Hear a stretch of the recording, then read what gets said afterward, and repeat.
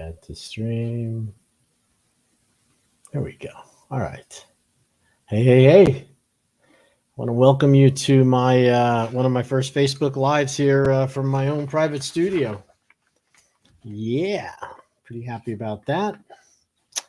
So, my name is Dr. Tread Rissacker, and I'm a doctor of chiropractic, and I've been in practice now for 34 years.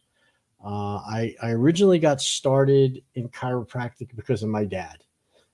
He had been in practice for 50 years before I even became a chiropractor. So he'd been doing it a long time. And, when I always, since a kid, when I was a kid, I'd always wanted to grow up. I wanted to be a chiropractor. I knew it from the beginning. It was never any other choice for me. So as I grew up in the chiropractic family, I ended up becoming a chiropractor, and I graduated from Cleveland Chiropractic College in 1988. And of course, I went up to work for my dad, and he was in New York, and I stayed there. He stayed there for 2 more years, kind of giving me an orientation and turning the reins over to me. And then finally, he retired to Sebastian, Florida, and I took over his practice. And it was, it was great. The only thing I really had to do was answer the phone. He'd been there for 50 years. He had such a huge base of people that it was just a matter of, like I said, answering the phone, showing up, and it was wonderful. I had a great time, learned a lot. And then I came back to South Florida right after 9/11.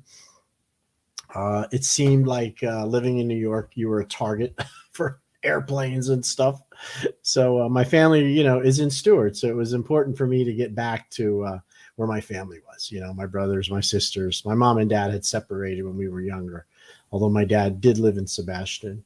So in 2004, basically, I started practice again right here in Stewart. I started on Stewart, right at the Monterey and US1 Plaza there, where the Home Goods is, and the TJ Maxx.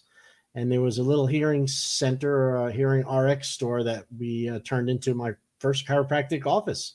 And I started with no people, and within about a year, I had built it up to over 100 to 150 a week in that little 2 rooms, sharing, it was no room at all. And I had the opportunity to move into a larger space there it's in the corner there in the breezeway. When you walk through, it used to be called the Golden Buffet. Excuse me. And they had half of the restaurant that they didn't use. And it was huge. It was like 4,000 square feet. And it had big high ceilings. And long story short, the landlord built it out for me. And I moved my practice from that hearing center into that other area there, that new space. And it was clean. It was beautiful. I had a wide open layout where there wasn't any more individual rooms. We had rehab in there. And within 2 years, I was up to 300, 350 people a week taking care of families. And, as time progresses, I was introduced to lasers. And the laser therapy that I was introduced to is what I do today. And it's something that I never, ever thought that I would not be practicing chiropractic until, my last breath. But these lasers were so interesting to me, and they were so incredibly, no one was using them. And I just couldn't believe that something like light would have so many beneficial effects on somebody. You could help somebody with so many different conditions. And let's be honest, I've been a chiropractor for a long time, and I've watched and witnessed, a chiropractor's office is usually the last block on, it's the last house they go to. They exhaust their friends' recommendations, what should I do? How can I get better? And then this is before people went online, and they would ask other people, and then they'd go to their family doctor, who might give them some medication and might recommend some x-rays. And, if that doesn't work, they go to the orthopedic, who doesn't want to operate right away. So they will do physical therapy. But since neither medical doctors, physical therapists, or orthopedics deal with alignment, deal with the structural alignment, which is the cause of the breakdown of the back of your nervous system. When your bones are in alignment, everything is good and hunky-dory, but you suffer a fall, an injury, an auto accident, you hold the phone too long in your ear, and you can subluxate and cause misalignments in your spine. And oftentimes you don't feel it. Most of the times you will not feel it. So it's hard for somebody to realize, why is my hand hurting when I didn't do anything to my hand? Well, because the nerve that feeds your hand emanates from the neck, and those bones can get out of alignment and you don't feel it go out of alignment, but the nerve is being pinched and irritated by the misalignment, and thus your hand starts to hurt. Or it could be a stomach problem. You didn't realize that, you'd picked up that heavy weight or, heavy trash bag and leaned over the car and felt maybe a little pull in your back, in the middle of between your shoulder blades, and nothing much, you rest, it seemed like a muscle strain. Well, those vertebra, your thoracic vertebra, they can get pulled out of alignment. And when they get pulled out of alignment, they can pinch the nerve, and oftentimes it's very subtle where you don't feel it. I can't stress that enough. Most people who have horrible back problems due to misalignments and subluxations never being corrected had very little warning or knowledge of the injury when it first happened, because it's accumulative. It accumulates over time until we start, going back and forth to doctors trying to find some help for this pain. And because the nerve system goes through your spinal cord and it controls all of your bodily functions, from your glandular function to your eliminative functions, to how your nervous system works, to your digestive system, to your neurological, the nerves and the circulation and muscles are all connected to the brain, to the organs, to the body parts, and it all has to travel through your spine. And what can happen is those little misalignments, whether they're at the top of your neck or down in your tailbone, if they're not pushed back into place, if something isn't done to correct it, and that's what a chiropractor does, we correct these misalignments. And then when you do that, the body is able to repair itself, its functions, and it works better. It would be like, suppose you had bought a brand new, beautiful car and you estimated a curve, and you hit the curve with the front tire, and that you possibly misaligned it. You knocked it out of alignment.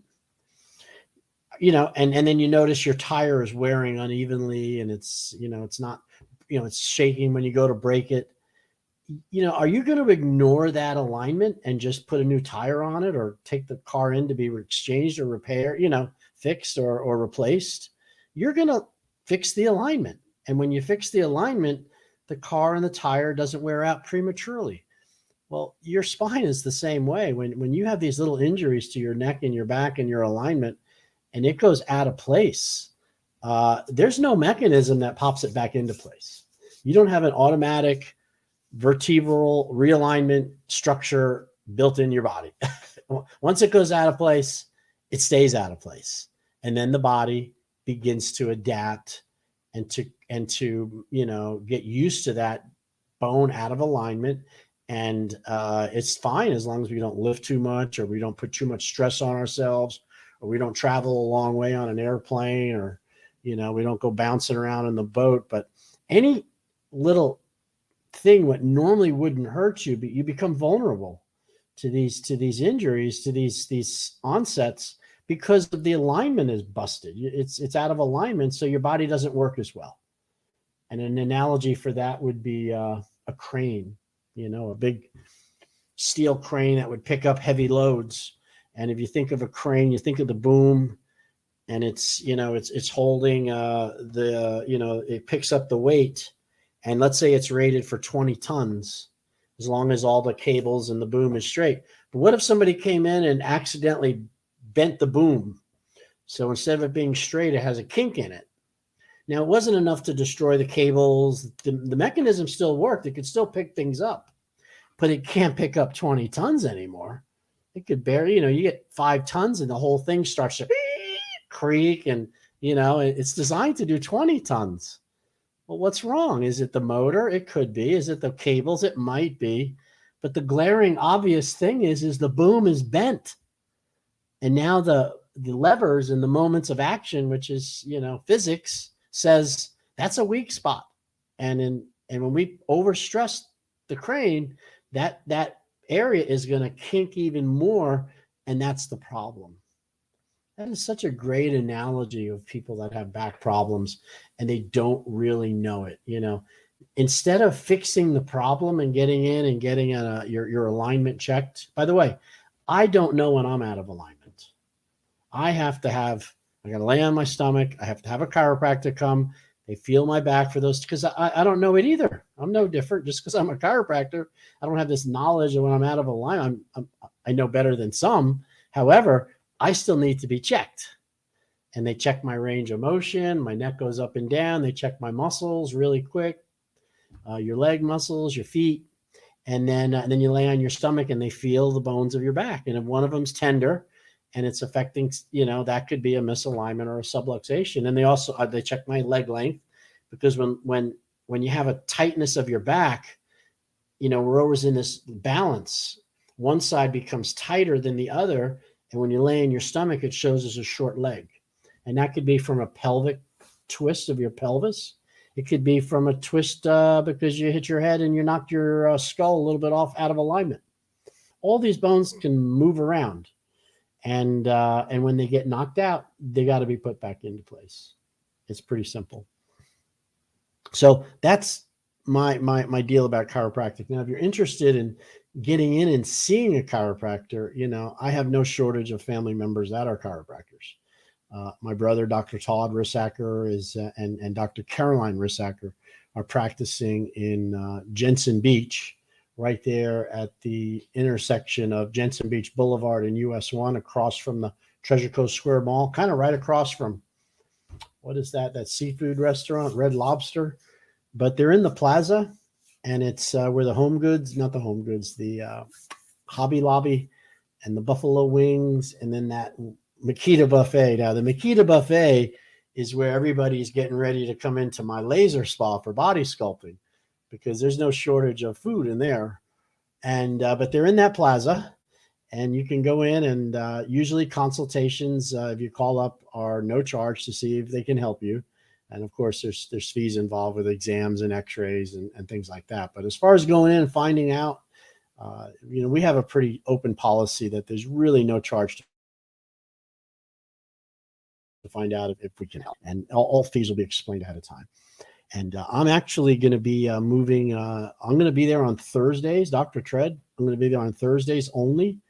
And I'm going to be seeing patients that have more complicated conditions. One of my specialties is being able to bring in different approaches to complicated problems, and and then doing it with almost kind of like you might do a rehab or something. You need 30 days, or you need 6 weeks, or you might need 8 weeks or 12 weeks, which would be 3 months. If somebody has a really serious health crisis, let's say you're 60 years old or 50 or 65 or 70, and you've had a history of back pain, and your back has what they call lots of spinal arthritis, spondylosis. Maybe you've had some disc herniations, some repairs, some bone grafts, to try to stabilize your spine. And yet, the nerves that leave the spine are now been damaged, and you're starting to show signs of neuropathy, which can come from spinal problems uncorrected, or even ones that are corrected. But as you get older, the spine degenerates. The weight of the spine starts to degenerate. And then at the same time, we fall off of our ability to exercise. Sometimes we're been put on medications, and we've been basically poisoned with pharmaceutical drugs so much, because trying to alleviate the symptoms and trying to reduce the swelling and to try to, have something to knock out the pain, you end up with something to sleep, something to wake up. And then over time, we start to gain weight. Our muscles get weak, our stomachs get sloppy, and the abdominal area loosens up and basically allows that stomach to come forward, and that's pulling on the spine. And now we have because body fat over 25% is inflammatory, it's a serious health condition. It turns into something called metabolic syndrome. And metabolic syndrome occurs today, it's like 50% of adults are going to have metabolic syndrome. I have metabolic syndrome. And what it is it's basically when your metabolism has been hurt and it doesn't function as well, and you end up with weight gain. So a belly of over 40 inches, if you're a man, and 35 inches is considered, one part of metabolic syndrome. And that would be a big belly. And we're not measuring by your waist, guys. We're measuring where the belly button is. Same with a woman. And then the other one is that you have hyperglycemia. In other words, your blood sugar is too high. And you might not even know it. I had hyperglycemia for several years, had no idea that I had hyperglycemia. I assumed that the sweating and the thirst was more due to living in South Florida. I'm very active. And then one day I had some vision issues, and I was miserable, and I decided I would check my blood sugar. And I went to CVS and bought a little blood sugar glucose monitor, and I couldn't believe my blood sugar was over 300. And that was my journey. That was the beginning of my journey into, understanding diabetes and metabolic syndrome. And, I'm very sensitive to that because I suffered with it, and I still do. So metabolic syndrome is when you have a big belly and your high blood sugar, and also your cholesterol is elevated. You have a lot of triglycerides or fatty acids in your bloodstream. So you're going to have triglycerides are elevated. And it is also has to do with having being put on a blood pressure medication.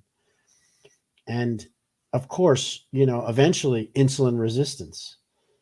Now, when you combine that with a guy or female who has been suffering with back alignment issues most of their lives, even if they went to chiropractors, and that spine is degenerating, those discs are getting thinner as you get older.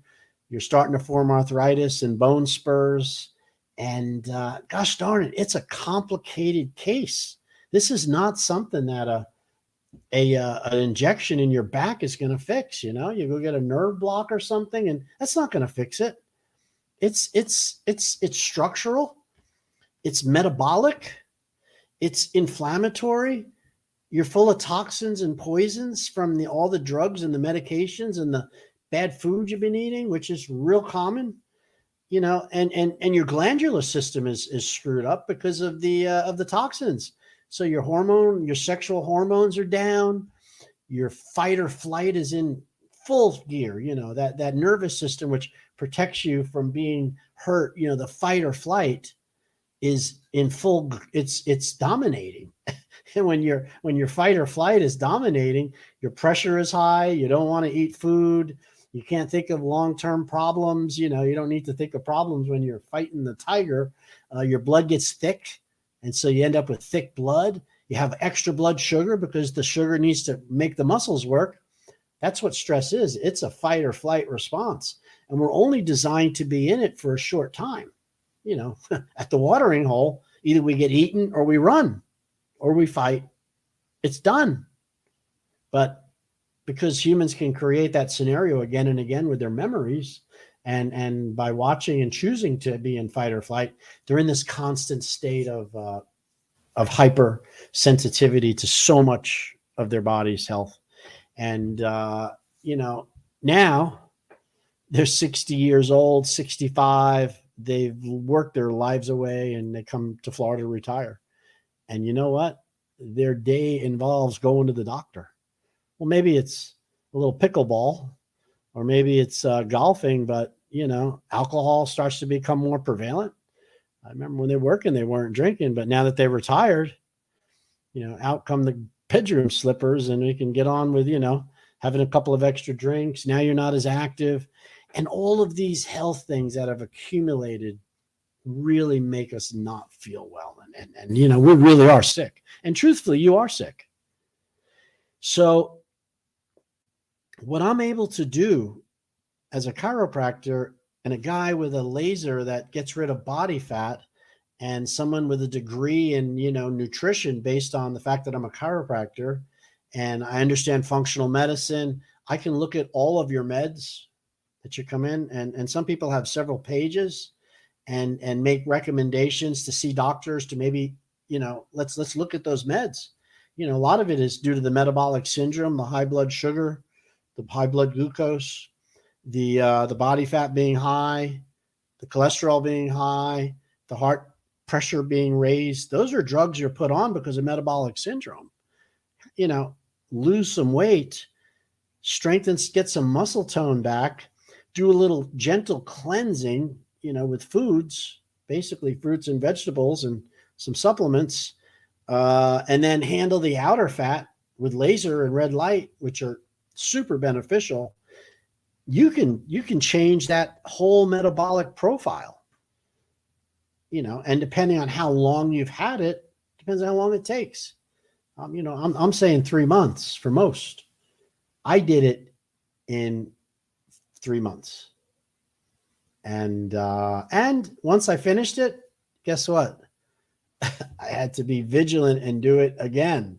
In other words, you're not over. It's health is something that either you're moving towards health or you're moving away from health. There's no medium point. You don't stop halfway and oh, I'm good, I don't have to do anything else. No. It's always getting worse or it's getting better. And those are based on the decisions you make every single day. I watched a show with Travis Stork, the medical doctor who's on the show, Doctors. And he had a great statement. He said, you know, when you get up, you have to make a decision to be healthy, 300 times a day. I was like, what? I didn't understand. He says, well, think about it. Are you going to, when you get up in the morning, are you going to shave? Are you going to brush your teeth? That's a decision you make. Are you going to shower? Or maybe you showered at night, but are you showering daily? Have you, did you eat the right type of food? Did you make a good choice as far as food goes? Did you drink some water or did you just drink coffee? That's another decision you'd have to make for your health. Did you floss? Do you floss daily? Or maybe you floss only when you go to the dentist, right? Are you aware of your skincare? Are you full of blackheads and pimples and sebaceous cysts that you just ignore? Or do you go to somewhere to have them cleaned and take care of your skin? Are you managing how much food you eat every single at your intervals, at breakfast, lunch, and dinner, or whatever that is? Are you managing the amount of calories? Do you even know how many calories you can burn? Your caloric max amount, which is what I teach at the spa, and you haven't even left the house yet. Did you take your vitamins? Supplements are really important nowadays. It isn't like it used to be where food contained all these nutrients. Food's like cardboard. It's colored and they put sugar and fat on it, and there's very little nutrition in the food we eat. Even when we buy organic, by the way. Organic doesn't mean that it was grown again and again in the same ground. I don't really know how they define organic. It's better than not. So you don't get the same supplements. What else are we not doing? Are we keeping our toenails cut? You can avoid cutting toenails, have an ingrown, nail and lose your toe over it. Are you exercising? And I don't mean exercise like going to the gym. That would one way, but are you moving? Are you getting up and moving enough every day in every way, every joint, every day in every way? Are you putting on your seatbelt when you get to your car? Let me ask you, did you buy a safe car? You're driving some little, car that's you're trying to save money, and because the gas is so cheap, and there's guys driving around in big Ford F-150s and F-250s and Teslas, those cars will win in an accident. I promise you. A Tesla weighs double what a normal car weighs. And when two cars smack each other and one weighs double the other one, the one that weighs the most is going to push the one that's little right out of the way. And that's the truth. I shudder when I see people in these small cars scooting through through the roads and around the corners and, on 95, not using their blinkers. It's incredible. In other words, we're not even to work yet. Are you going to work in an environment where you're being poisoned, where there's gas and there's smoke and there's fumes? And are you going to work with paints and thinners? This is how we get poisoned from toxins. And so, again, you have to make the decision if you want to live long and be healthy. Now, there's something that was brought up to me at a podcast I listened to. His name is Dr. Peter Attia. He's an MD, Attai. I get a lot of information from him. Same with Andrew Huberman, who is the Huberman's podcast, Lab Podcast, and Peter Attia, MD. And, Peter had talked about something called health span. Now, I mean, obviously, I know what lifespan is, and most of you do, is how long you're going to live.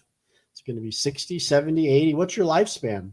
Well, he says, and this is true, you want your health span to be equal to your lifespan. You don't want a long lifespan with a short health span. You think about that for a second.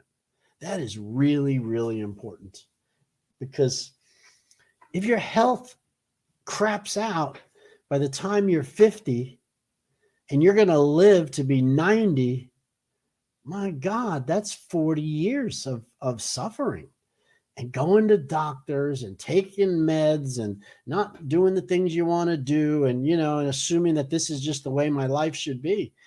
And that is what I see happening a lot, more than I think we ever have in our whole existence as humanity. I mean, people's lifespans were done when they were 60, 62. Remember that song, Will You Still Love Me? Will You Still Talk to Me when I'm 60? What is it, 64? That's when people were considered done. Now we're living into our 70s and 80s and playing pickle. We're much more active. But I would tell you that our health span has suffered because we're on medications to keep it that way. Taking blood pressure meds and not getting to the cause of why you have high blood pressure is a fool's errand. I mean, you have to do it. Don't get me wrong, but you need to find out why. And if you're taking pain pills or pills because your back hurts, or you're popping NSAIDs, non-steroidal anti-inflammatories, Advil and ibuprofens and these things, and because your knee hurts when you go shopping and it takes away the pain, and you haven't really got to why the knee is hurting, and maybe the musculature is weak, maybe your alignment's out with your back, maybe you're putting too much weight on your body and your knee hurts. So taking an NSAID, yeah, it gives you 2 or 3 hours of relief, but the degenerative condition is still there. That's going to affect your health span, not your lifespan, how well you function. And, and that's my criticism with drugs. All right. So we're going to take a really quick short break here because I'm limited to a 30-minute time frame on this camera. And I think we're about out.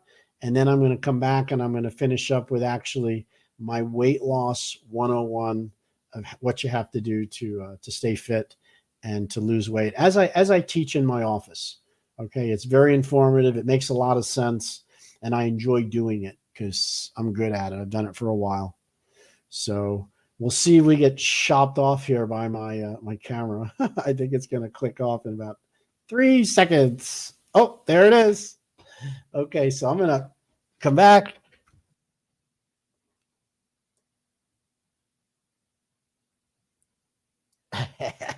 Hey, and we're back.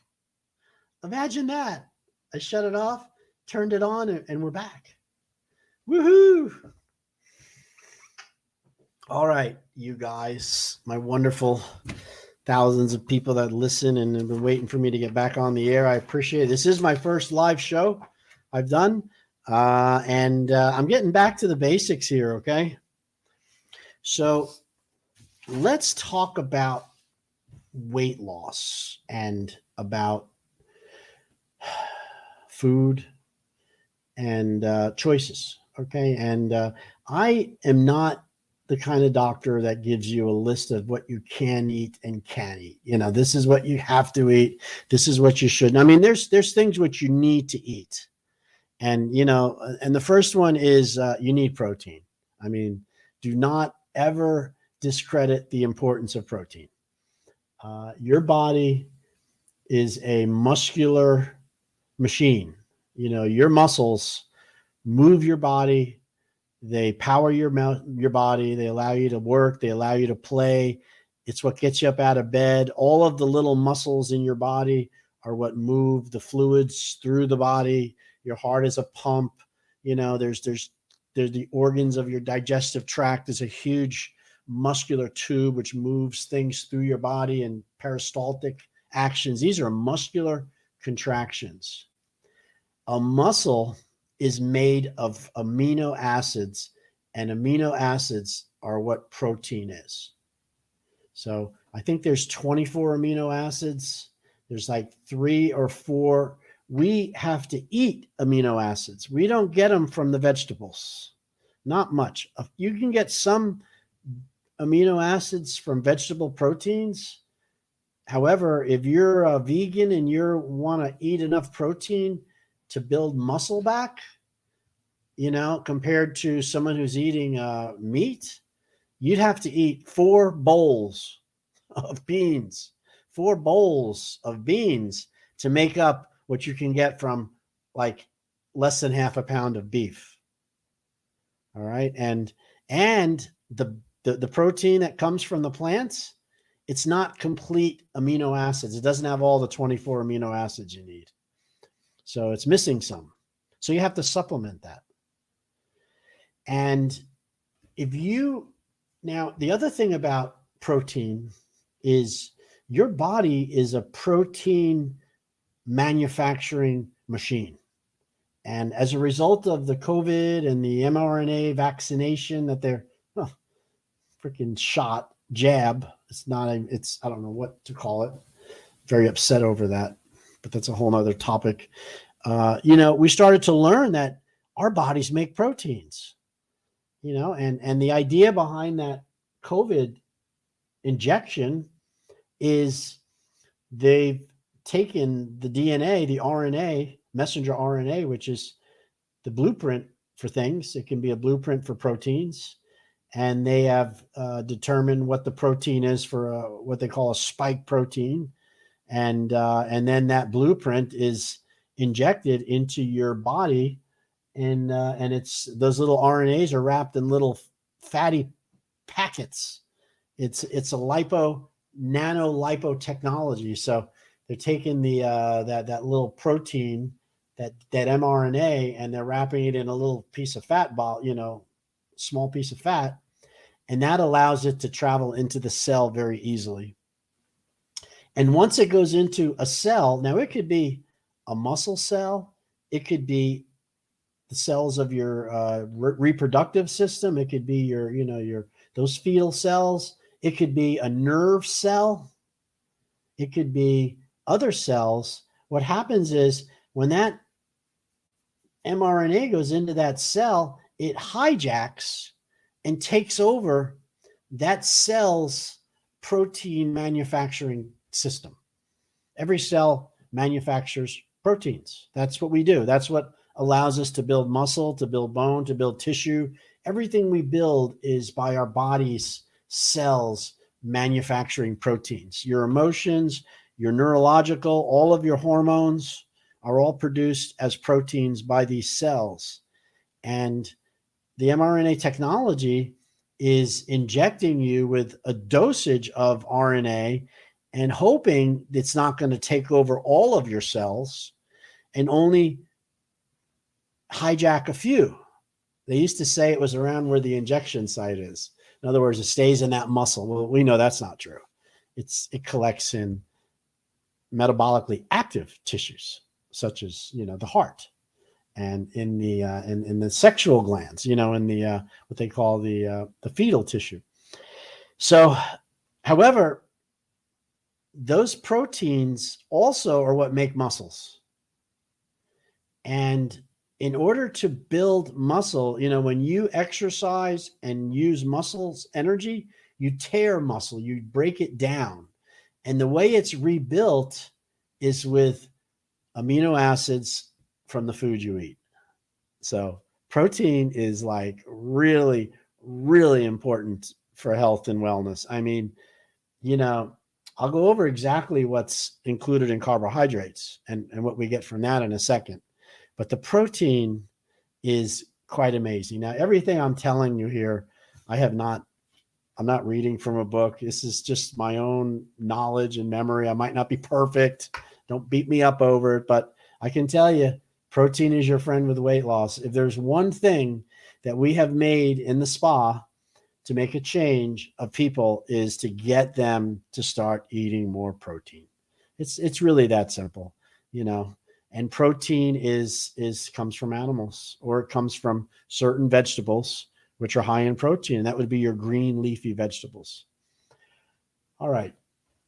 So the other major food group, which is important to understand, are what we call the carbohydrates. So there's protein, there's carbohydrates, and there's fats.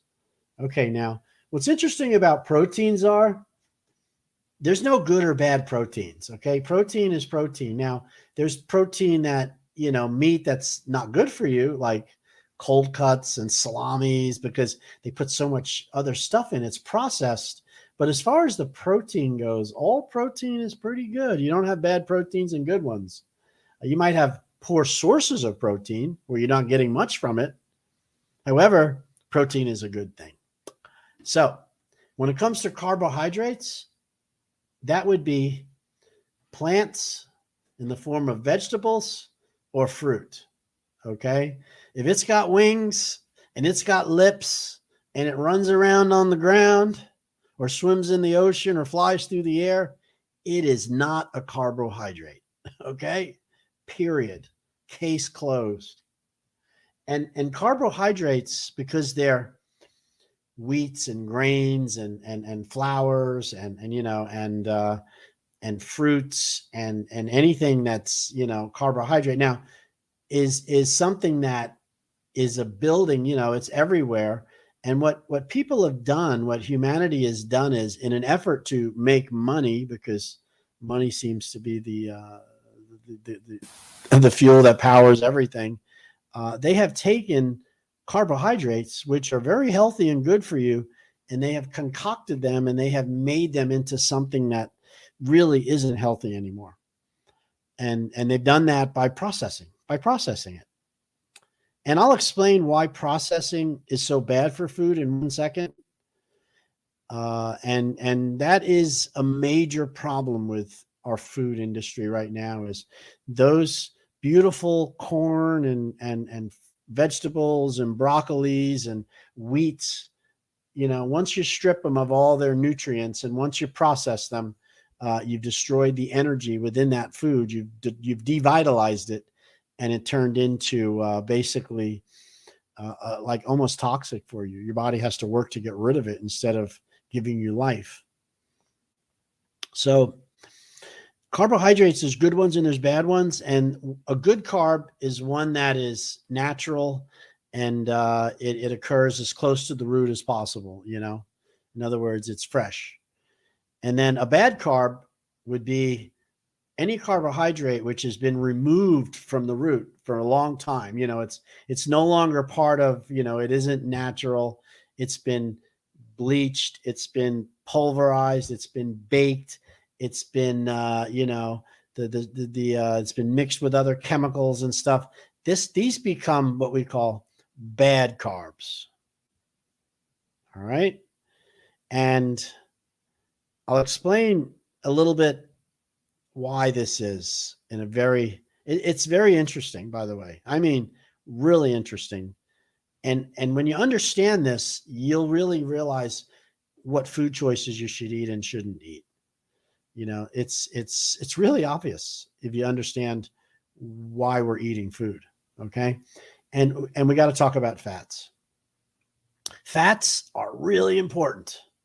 There's certain structures in your body which are made of fat. And it doesn't mean the fatty cells that are holding fat. That's part of it. But Your cell membranes, we're made up of individual tissue cells. There's heart cells and blood cells and muscle cells and all these different cells in our body. And a cell membrane, the surrounding of a cell, which holds all the contents within it, is a phospholipid membrane. It is a fatty membrane.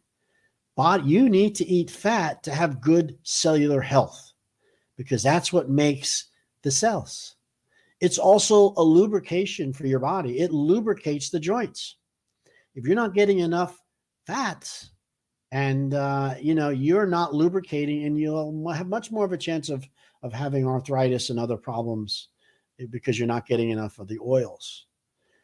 Oils are also a very good source of energy. They can be absorbed directly into the tissue without having to go through the glucose insulin route. All right. Carbohydrates, because they're starches, are sugars, and they have to be converted to glucose by the body. And then that brings them into the cell with insulin. So there's a whole process to do that.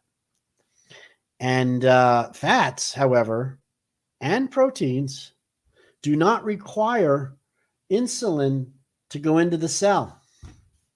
They can be absorbed directly into the cell, and then your cell can get the energy from that substance without having to rely on the glucose pathway. So that's called gluconeogenesis. So, you got diabetes, your body isn't handling sugar anymore. Your body's become resistant to the insulin, so you have high blood sugar. Carbohydrates make blood sugar, and that would be simple and bad carbs. So proteins and fats don't raise your blood sugar because they're not broken into sugar. So you want to eat a diet that's friendly and restricts insulin, a diabetic friendly diet, cut out those carbohydrates.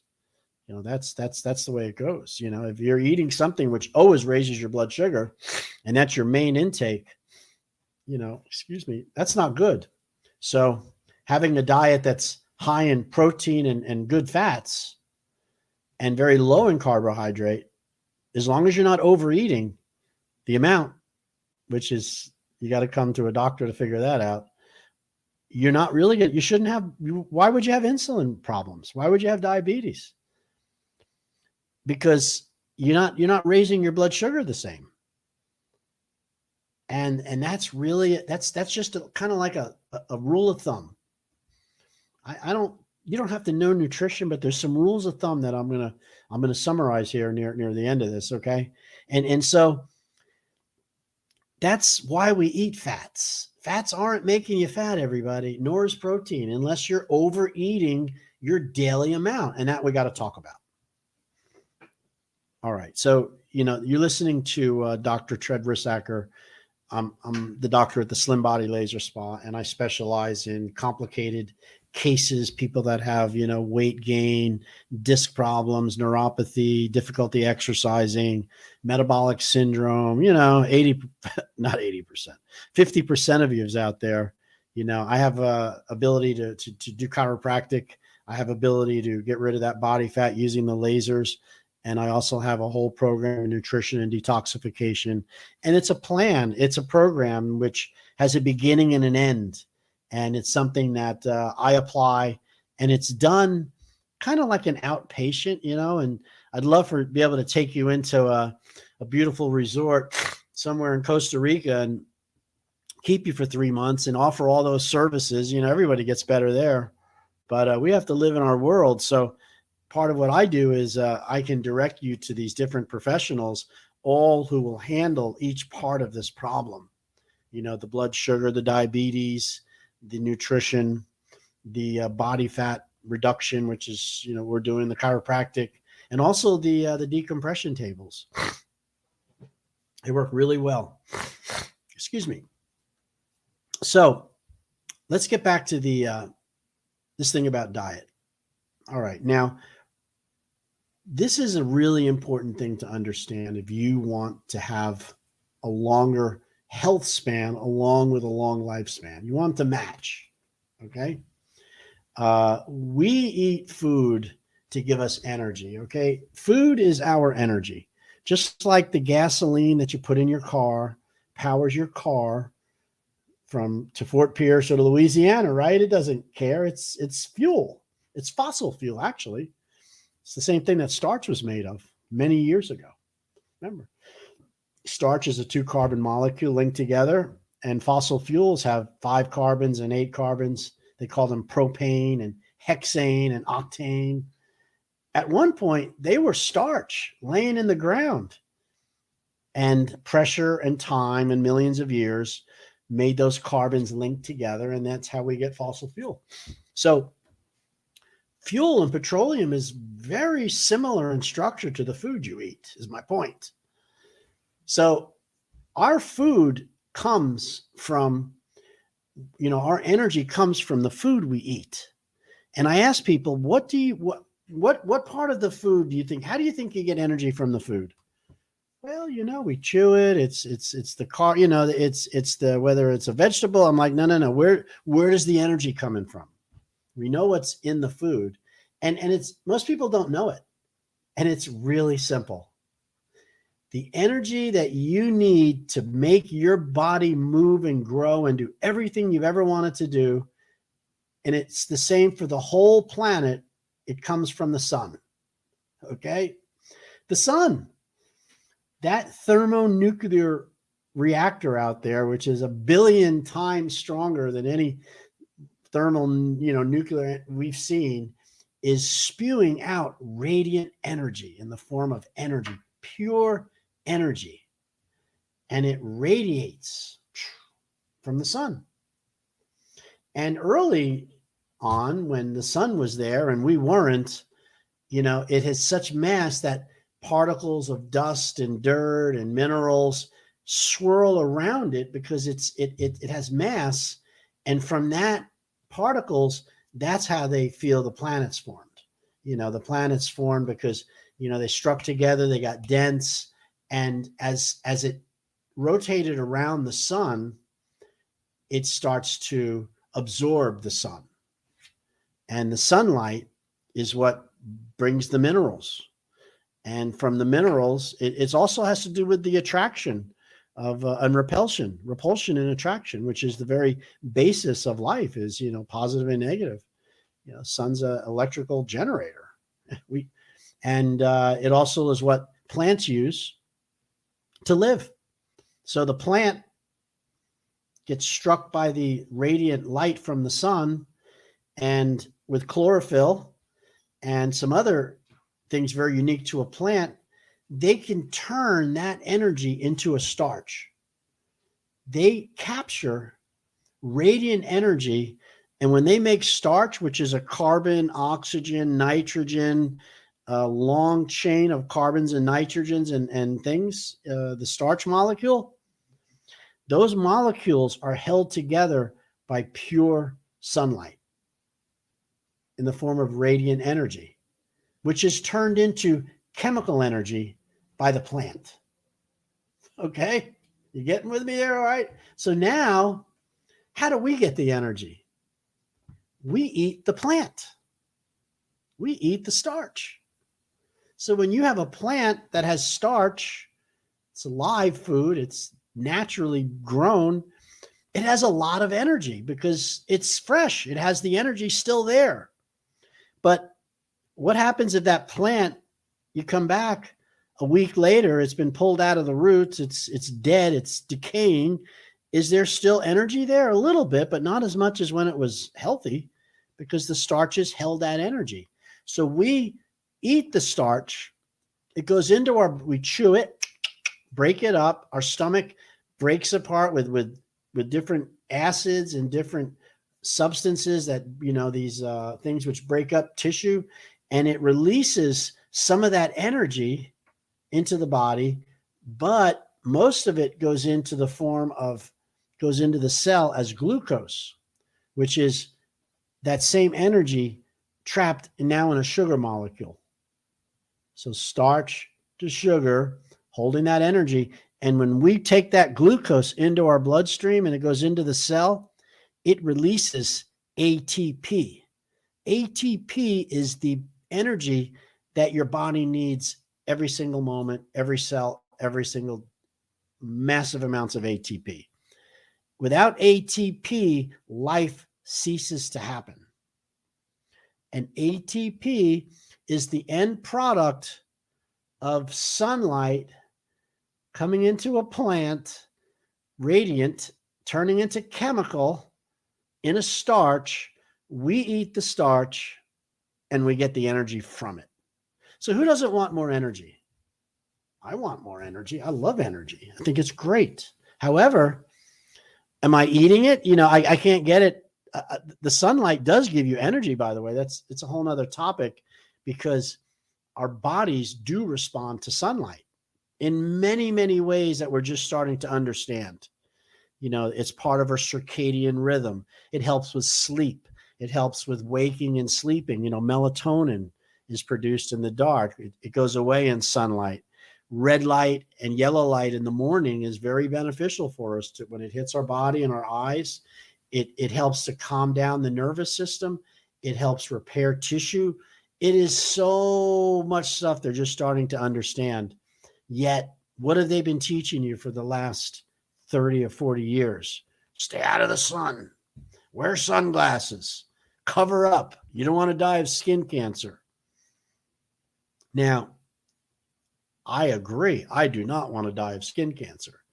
But you see, I'm a little more tuned up, because I look and say, well, if you take 100 people and you shine a light on them and keep them in the sun all the time, only 2 or 3 are going to get cancer. Why didn't the other ones get it? What's happening? Well, is it that they got overdosed? No, they have a system which is in some way vulnerable to getting cancer. They have a devitalized system, an immune system which isn't functioning properly and allowed this to happen. I mean, it's about the host, not the exposure. However, I don't cook myself every day. That would be a foolish thing to do. But I'm not hiding from the sun because I'm scared of getting cancer all the time. So, but that sunlight that went into the starch that we ate is really important. So here's the first rule. Try to eat food that is as close to nature and live as possible, as close to the root as you can get it. And that would be in the form of vegetables and fruits. Okay. Now, how do we get energy from protein? Remember, we also eat proteins, and that would be animals. Well, here's what happens. This is pretty easy. Guess what? The animal ate the starch before you. All right. The animal ate the starch, ate the grass, ate the vegetable, whatever it ate. It ate it. And when we make muscle, when we make muscle out of protein, it requires a lot of energy to hold those bonds together. So that energy from the starch is actually helping the muscle, the amino acids, to hold together. Now, the amino acid doesn't have the same amount of energy that comes from starch. However, when it's aligned in a piece of muscle with strands of amino acids and protein strands, and then you have mitochondria that contract and relax and contract and relax, that energy is coming from the starches and the glucose. So, rule number 1, eat live food. If it's processed, if it comes in a box, if it doesn't go bad, if you leave it out on the counter, and it's really not good for you. Try to avoid it as best as you can. I know you can't get rid of all of it, but do your best to limit your amount of processed food, and you'll have a much lesser chance of having metabolic syndrome and diabetes and everything else. All right. Now, I hope that makes sense. That's what I teach at the office. Now, what happens is we really, our best skill is to store fat, is to make fat. We hold a lot of body fat. The human holds close to 20 to 25% body fat naturally. And not our ancestors, but other animals, mammals, which are live fur-bearing animals. We had fur once, I guess. I don't know. They say we're a mammal. Most of them only have body fat of between 3 and 5%. You know, an ape, a chimpanzee, a monkey, unless they're domesticated, they're very lean. And they have traded muscle, they've traded fat for muscle. So they have to always be following the food. They got to be looking for it. You know, it's 24/7 because they don't have that much fat. They can't hide. However, they're very strong and they have to defeat that way. Now, the human who has to live with monkeys is very weak and can't fight monkeys, really, or any creature like that. We can't. We just don't have the strength because we have too much body fat. And so you say to yourself, well, that doesn't sound like a good idea. Well, here's a fact. It's something that your body, you know, we're here. So you find your perfect place. Your tribe found the trees and there's fruit and you've got a place to sleep and the monkeys show up. I mean, and these monkeys will, you know, they're going to kill you if you stop them. And you're like, I got to hide. I can't fight these. So you're smart enough to hide. Most animals understand that, but a human understands it and knows why he's hiding. They have an instinct to hide, but we know why, right? Because we can't survive. We can't fight them. And I have enough body fat to stay hidden for a long time. In other words, my body fat stores will allow me to stay hidden depending on how much fat I bring in with me. And average human right now, 3 minutes without oxygen, we die. 3 to 5 days without water, we die. And you can go 3 months, most of us, without any food at all before we are near death. Okay. And some who have prepared for that can go a lot longer than 3 months without eating any food at all. So, and this is why we have body fat. We carry our fat with us. We don't have to bring our food with us if we have to run. So it's been a really strong evolutionary edge. And for that reason, we have a tendency of making fat much easier than we do getting rid of fat. Because it's easy to put it on. You can make fat. You can make 3 pounds of fat a day, okay? At least 1 to 2 pounds of fat a day without a problem. It can take you 1 to 2 months to burn a fat or 2 pounds of fat, and that you made it in a day. So this is why we're so overweight. Now, the other reason why we're completely morbidly obese is that we're never stopping eating. We're not taking the winter off. Your ancestors took the winter off. It was cold. There wasn't a lot of food. In other words, they starved. And when they got out of the wherever they were at hiding, they had to eat food again. And then they put weight on in the summer. Then they lose it in the winter. That's a healthy, normal cycle for human. What's not normal is keeping the same fat winter after winter after winter. And that's what's causing all the breakdowns that we see in people's health. All right. So I'm about done with my little talk here. I hope you enjoyed it. It is my first time in my own studio and I'm enjoying it. So my name is Dr. Rissacker. I can be reached at the Slim Body Laser Spa here in Stuart, Florida. It's 772-223-5885. I have a very unusual name, Dr. Tred, T-R-E-D. If you say that into your phone or you do it on your computer, you're going to be put right to my office because there's only one Dr. Tred out there. And I'd love to help you. I always offer free consultations. Give me a call. I love to, I'm out to help people. So don't ever think that we won't. Anyway, it's nice. Thank you so much for tuning in. And I will see you very, very soon. I'm going to get a schedule here real soon and I'll talk about it.